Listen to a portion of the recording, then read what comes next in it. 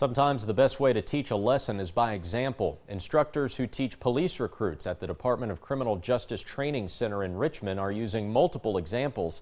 Miranda Combs takes us to a class where the goal is drinking until you're drunk.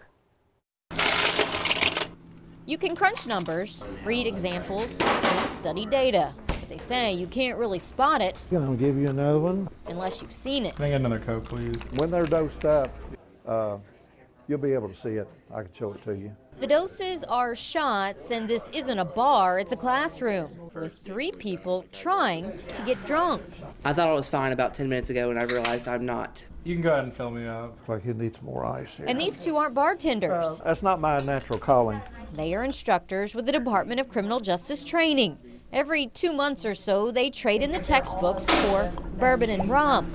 Are you talking drinking all this in 2 hours? Even though the conversation I couldn't find my keys right now. wanders, I played a few games of Flip Cup. the activity is actually very controlled. Depending on the gender and the weight of the person determines how much we give them to drink. Each participant has exactly 2 hours to get to a .10 blood alcohol level, All right, at 10 minutes till, we need to finish with our first half. well above the legal limit. We need to get them up high enough where they're not falling down drunk, but they need to be up enough where they're impaired. Halfway through what they call dosing, their blood alcohol is checked. Put your mouthpiece in, blow till I say stop.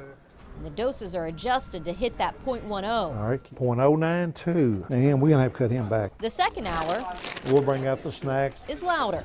So I'm just trying to figure out which one is the better presidential What are you candidate. carrying? Well, I saw it like on Facebook or something. Well, the more they drink, the more talkative they usually get. I have no idea what you're on. Alcohol tends to loosen the tongue on the average person.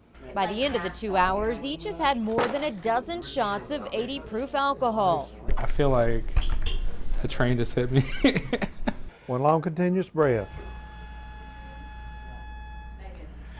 109. 117. This isn't a test of Keep blowing. tolerance, though, 098. Good job. but a test for these recruits. 1, 2, 3, 4. The 3 are split up and sent with groups of recruits. Each one has to perform a field sobriety test. We're teaching them to look for the clues. They have no idea how much alcohol, if any, the participants drank. We teach them in textbook, but they've got to have hands-on experience to actually see it for themselves. Most of the test is memorization for the cadets, remembering the right way to present the task to drivers on the side of the road. Wait a minute, wait a minute.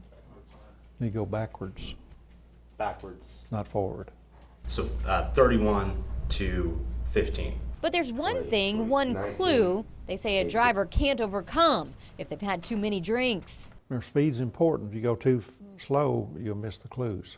It's called the HGN test, or horizontal gaze nystagmus test. The involuntary jerking of the eyes, well, it's caused by the alcohol. So we can't fake that, we can't falsify it, we can't pretend like we're doing it. If you watch, you can see the eyes twitching.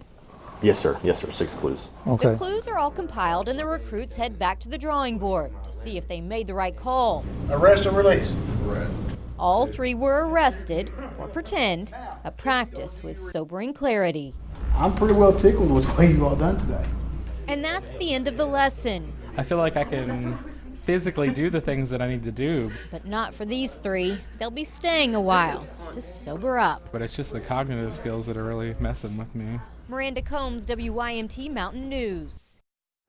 If you're wondering, class enrollment is open to the public.